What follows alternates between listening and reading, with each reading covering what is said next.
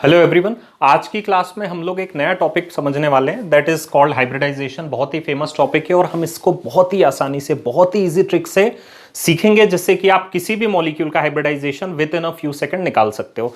तो सबसे पहले हाइब्रिडाइजेशन को समझने के लिए हमें एक फॉर्मूले पे फोकस करना होगा। अगर हमने इस फॉर्मूले को समझ लिया तो फटाफट हमारा काम हो जाएगा।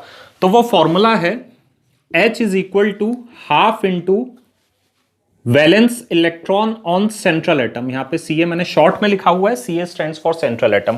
Half into valence electron on central atom plus number of monovalent atom. Monovalent atom इसको आप लोग पूरा लिख लेंगे। मैंने शॉर्ट में लिखा है number of monovalent atom plus minus charge. अब क्या बोलता है ये फॉर्मूला, देखो जो भी आपको मॉलिक्यूल दिया रहेगा उसके सेंट्रल एटम का वैलेंस इलेक्ट्रॉन आपको मालूम होना चाहिए।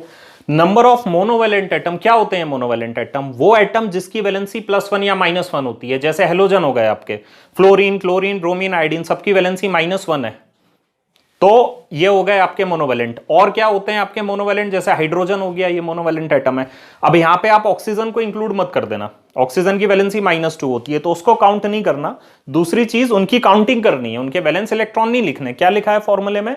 नंबर ऑफ मोनोवेलेंट एटम और प्लस माइनस चार्ज। अब चार्ज पॉजिटिव दिया है तो माइनस करना है और माइनस दिया है तो प्लस करना है, ये बात आप ऑलरेडी जानते हो। तो ये फॉर्मूले को और अच्छे से समझने के लिए हम कुछ एग्जांपल ले लेते हैं और फटाफट हाइब्रिडाइजेशन को समझ लेते हैं। फॉर एग्जांपल BCl2 का आपको हाइब्रिडाइजेशन निकालना है। इस फॉर्मूले के हिसाब से कैसे निकालेंगे? अब यहां पे सेंट्रल एटम आपको क्लियरली दिखाई दे रहा है बेरिलियम में। तो बेरिलियम में कितने वैलेंस इलेक्ट्रॉन होते हैं जानते हो आप लोग ये बात? 2 प्लस मोनोवेलेंट एटम। अब क्लोरीन जो है वो मोनोवेलेंट ही है तो क्लोरीन को काउंट करना है, क्लोरीन के वैलेंस इलेक्ट्रॉन नहीं। नंबर ऑफ मोनोवेलेंट एटम मतलब कितने क्लोरीन है? 2 क्लोरीन है। चार्ज की यहां पे बात ही नहीं है तो कोई इश्यू ही नहीं आता। जब आप इसको सॉल्व करोगे तो वैल्यू मिलेगी 2। अब ये 2 से आप कैसे पता करोगे कि हाइब्रिडाइजेशन क्या है? तो उसके लिए मैं फटाफट आपको एक छोटा सा टेबल लिखवा देता हूं और हमारा काम हो जाएगा। तो यहां पे हम लेते हैं H की वैल्यू और यहां हम लिखेंगे हाइब्रिडाइजेशन। ठीक है, अगर इस फॉर्मूले से H की वैल्यू आपकी 2 आती है तो आपकी हाइब्रिडाइजेशन होगी sp। इसी फॉर्मूले से अगर 3 आती है तो हाइब्रिडाइजेशन होगी sp2। सेम फॉर्मूले से अगर आपकी वैल्यू H की आती है 4 तो हाइब्रिडाइजेशन होगी sp3 रिस्पेक्टिवली sp3d। 6 आती है तो sp3d2 और 7 वैल्यू आती है तो ये हो जाएगा sp3d3। तो मेरे ख्याल से ये चीज याद रखना कोई बड़ा टास्क है नहीं हमारे लिए। अब फटाफट हम लोग इसको अप्लाई करके, क्योंकि वीडियो की लेंथ ज्यादा नहीं बढ़ानी है मुझे, तो फटाफट हम लोग अप्लाई करना शुरू कर देते हैं।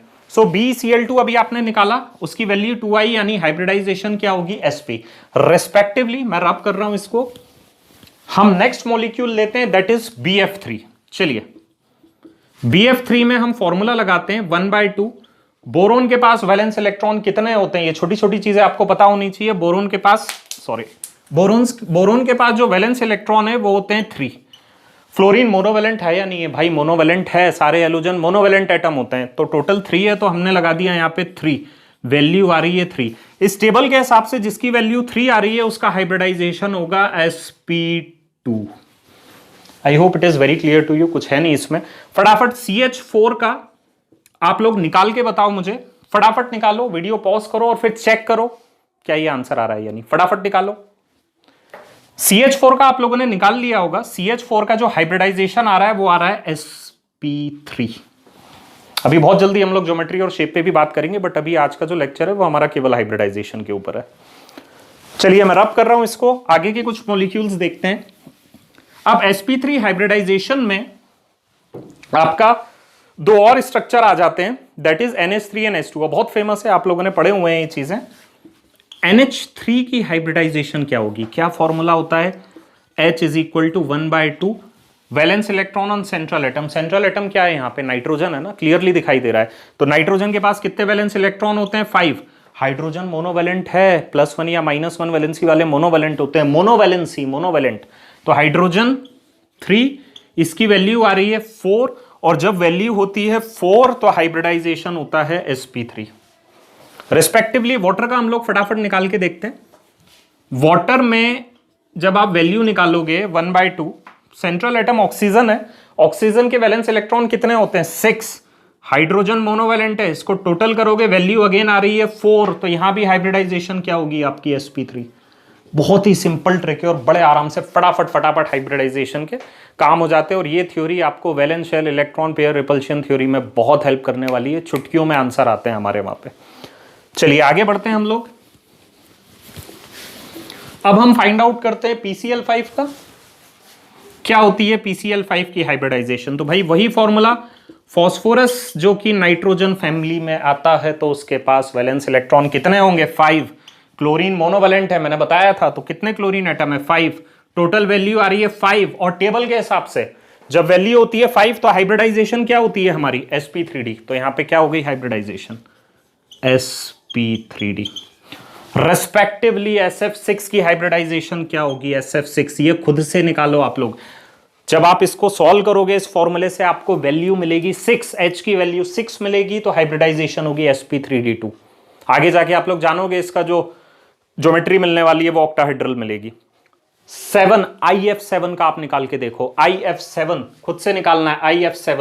IF7 में आपको H की वैल्यू जो मिलने वाली है वो मिलेगी 7 और तब जाके आपकी हाइब्रिडाइजेशन होगी sp3d3।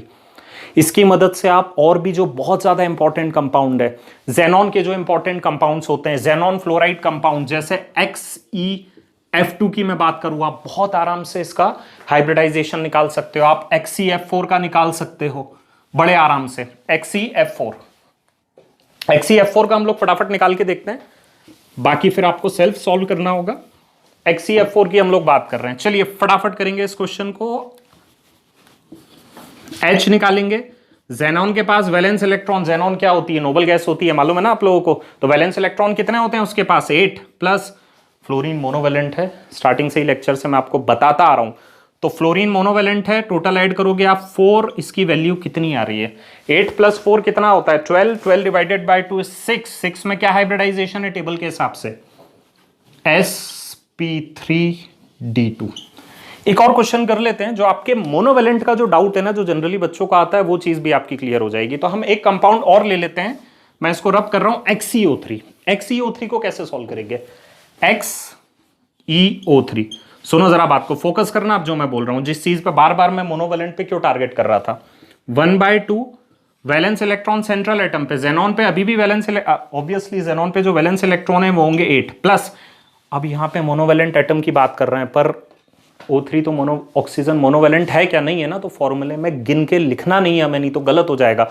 ऑक्सीजन का कोई काम नहीं है यहाँ पे जो आप सॉल्व करोगे तो वैल्यू आएगी 4 और 4 में हाइब्रिडाइजेशन होगी sp3। मतलब साफ है कि XeO3 की जो हाइब्रिडाइजेशन है वो होगी sp3। अब ये जो चार्ज करके मैंने लिखा था एक क्वेश्चन, चार्ज पे भी आपको फटाफट करा देता हूं ताकि ये डाउट आपको नहीं रहेगा। चार्ज के लिए हम लोग उठा लेते हैं अमोनियम आयन NH4+। चलिए H की वैल्यू निकालेंगे, half into valence electron on central atom. Central atom nitrogen है, वैलेंस इलेक्ट्रॉन मालूम है आपको 5 होते हैं। हाइड्रोजन मोनोवेलेंट है, +1 वैलेंसी वाला, आप इसमें 4 ऐड करोगे। अभी ये पहला क्वेश्चन ऐसा है जिसमें चार्ज था, प्लस माइनस चार्ज खुद से ध्यान रखना है कि प्लस है तो -1 करोगे, प्लस है तो माइनस करोगे और माइनस है तो प्लस करोगे। तो यहाँ पे +1 है मतलब आपको -1 करना है। आप जब इसको सॉल्व करेंगे तो क्या आएगा 5 + 4 टोटल कितना हो जाता है हमारे पास 5 + 4 कितना हो गया 9 -1 हो जाएगा 8 डिवाइडेड बाय 2 हो जाएगा आपका 4। तो जब वैल्यू 4 आ रही है तो हाइब्रिडाइजेशन यहाँ भी sp3 होगी। तो इस तरीके से आप चार्ज वाले को यूटिलाइज कर सकते हो, राइट। तो ये था हमारा हाइब्रिडाइजेशन के ऊपर लेक्चर, जिसको चुटकियों में हमने कर लिया। फटाफट ट्रिक अप्लाई करो और सारे क्वेश्चन आप लोग कर डालो जितने भी आपको मिल सकते हैं खुद से। Thank you.